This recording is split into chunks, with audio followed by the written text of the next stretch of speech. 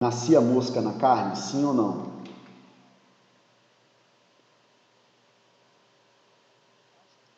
Não, né? Todo mundo sabe disso, né? Se você botar a carne protegida, não vai nascer mosca lá, né? E aí ele via que a varejeira ela só vai nascer se você deixar ela botar o ovo em cima da carne. Se ela não botar ovo, como é que vai nascer mosquito se não botar ovo? Mosquito só sai de ovo de mosquito, né? É por isso que você tem que ficar cuidando da água parada na sua casa para não dar mosquito da dengue, né? Se você tampar a água, não tem problema, né? O mosquito não entra lá dentro. Mas aí, nessa época, né, todo mundo acreditava nessa geração espontânea, e aí ele pegou e tampou aqui a carne, não é?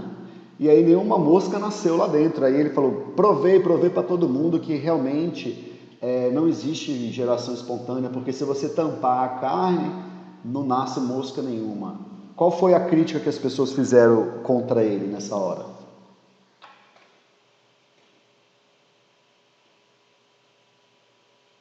Qual que é a crítica aqui? Para quem acreditava que existia geração espontânea, isso daqui não convenceu a pessoa. Por que que não convenceu?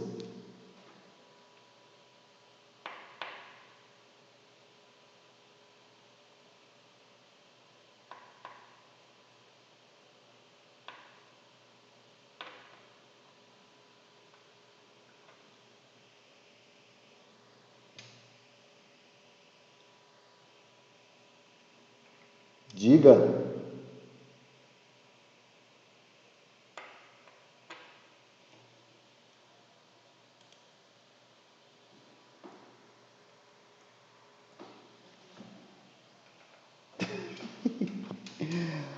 Olha lá, jovem.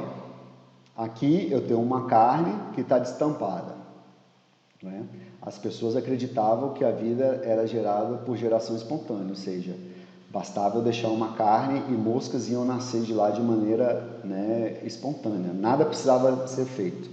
E aqui existe um outro pedaço de carne que foi tampado, não é? E não nasceu nenhuma mosca aqui. Só que a origem da vida naquela época acreditava-se que nasceria de maneira espontânea, ou seja, era para essa carne que está cheia de moscas e não nasceu nenhuma mosca. Se bota no local das pessoas que acreditavam em geração espontânea. Como é que você ia criticar esse experimento aqui, né, para poder justificar que esse experimento ele não consegue refutar, né, ele não consegue ir contra a geração espontânea? Por que que tampar, não é, iria, por exemplo, impedir as moscas de nascerem ali?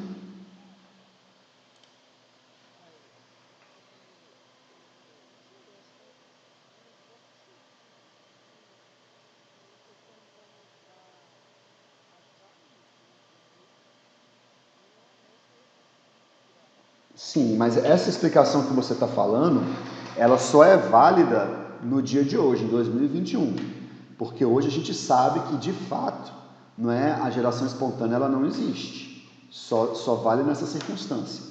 Mas naquela época ninguém sabia disso, ninguém sabia que a mosca precisava pousar na carne para poder nascer, não é? Por que que as pessoas que estavam lá naquela época falavam o seguinte, olha, Carlos, tu é muito burro, por quê?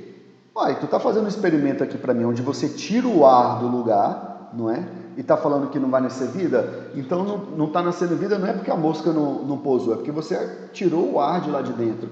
Carlos, você é tão burro que tu para de respirar aí para você ver se você consegue ficar vivo. Você morre, né? Então eles começaram a questionar isso, né?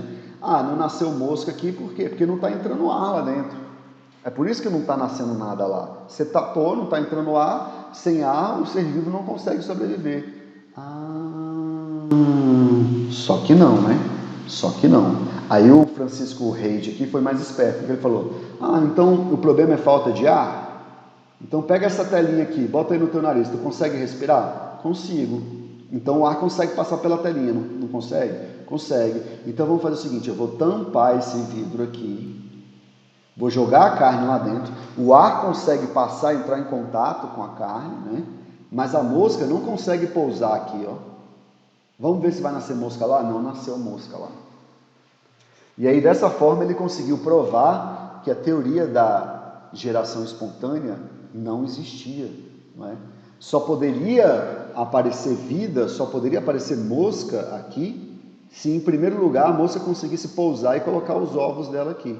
Se não conseguisse colocar os ovos, não nasceria nenhuma mosca ali. Então foi assim que foi provado que a geração espontânea não existia. Tudo bem? Não, né? Não está nada bem. Por que não está nada bem? Esse experimento, ele explicou para mim que a geração espontânea é uma teoria ultrapassada. Mas o que ele não explicou?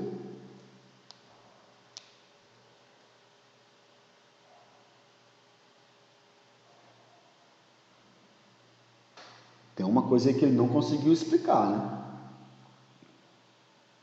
Ó, olha nesse desenho aqui, né?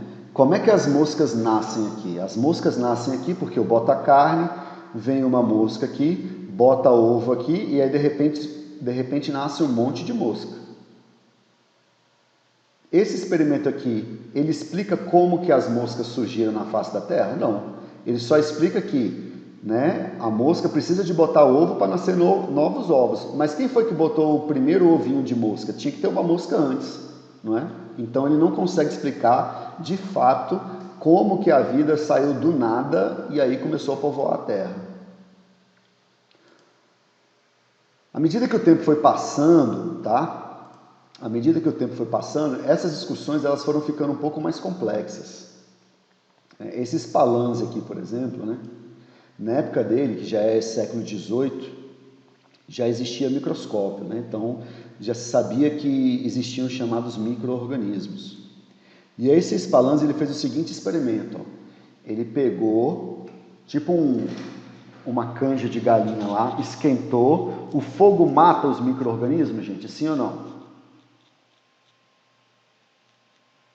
Mata, né? Então matou todos os micro-organismos aí, né? Depois deixou lá esfriando,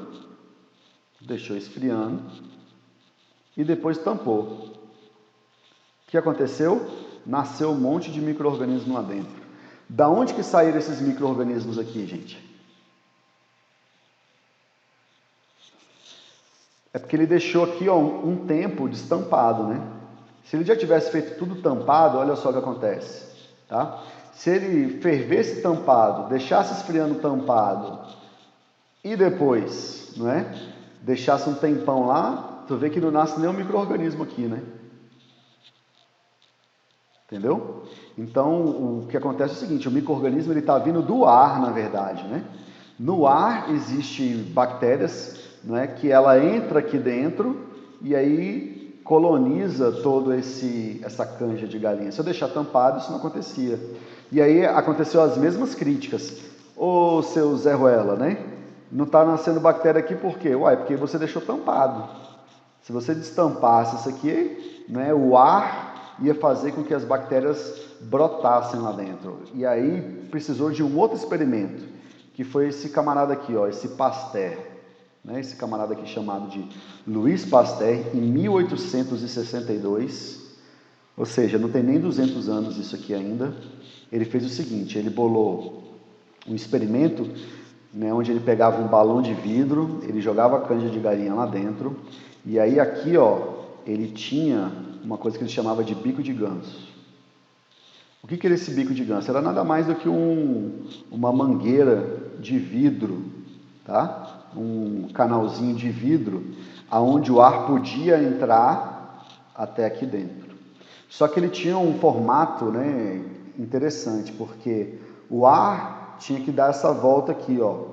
E durante essa volta aqui, os micro-organismos ficavam todos presos dentro aqui, ó, do pescoço de ganso e não conseguiam chegar até o nutriente que tinha sido fervido. Então o que ele fazia? Ele fervia isso daqui, depois deixava esfriar e olha só, nada nascia aqui dentro.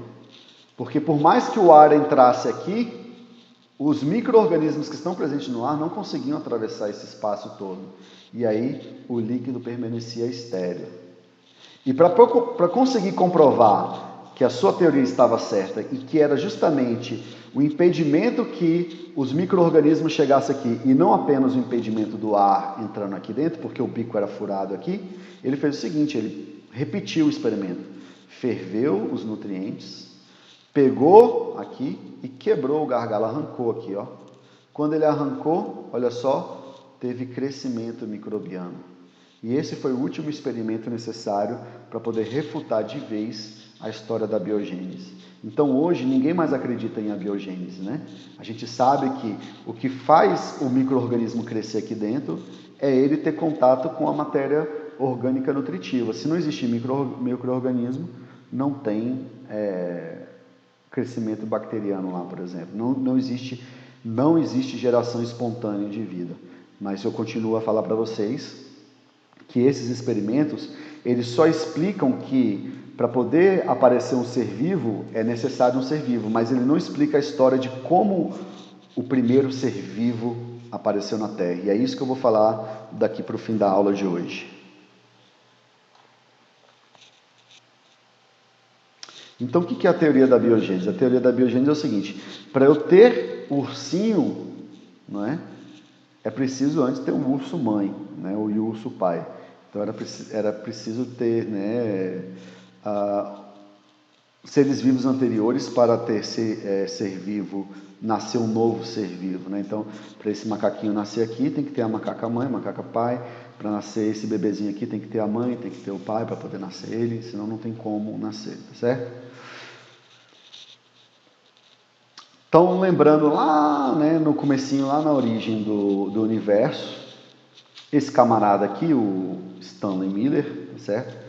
Ele começa a criar situações parecidas com o início da Terra. Eu não sei se você lembra lá daqueles meus slides, ó.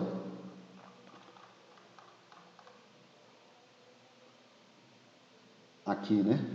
Não, então, o que estava melhor? Deixa eu ver. Aqui. Esse aqui mesmo. Esse aqui, ó. Quando eu mostrei esse slide aqui para vocês, eu falei, como é que era a Terra nessa época aqui? Era um lugar quente, apesar de estar esfriando, né? Porque já tem água condensada aqui, os oceanos já estão criados aqui, mas continuava a ser um ambiente quente, não é? Aonde toda essa chuva aqui, ela estava chovendo e formando os oceanos. E todo mundo sabe que durante a chuva você tem formação de muitos o quê? Descargas elétricas por raios, né? Então o ambiente inicial na Terra, ele era muito quente e tinha muitas descargas elétricas.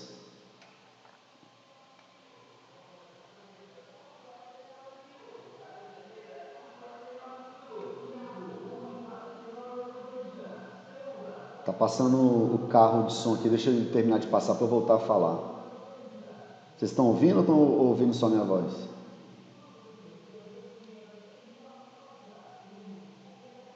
Então esse Stanley Miller aí, o que ele fez, né? Ele começou a produzir metano, amônia, gás de hidrogênio, vapor de água, né? Ele começou a produzir isso em laboratório. O que ele fez? Ele pegou aqui, ó, um compartimento, né? Onde ele botou várias substâncias aqui dentro, né? Botou várias substâncias aqui e começou a aquecer. Quando ele aquece, por esse ducto aqui, ó, começa a sair o vapor. E aqui dentro tinha um monte de substâncias, né? Nitrogênio, carbono, etc e tal, né?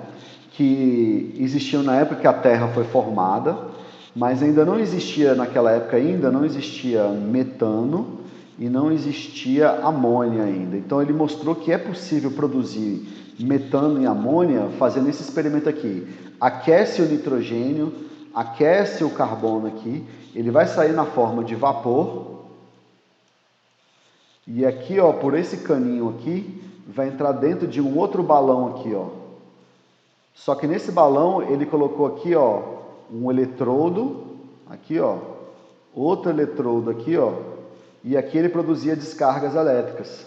E ele mostra que o que? É possível produzir amônia e metano a partir de descargas elétricas. A partir do vapor de água, adicionando nitrogênio e adicionando carbono e dando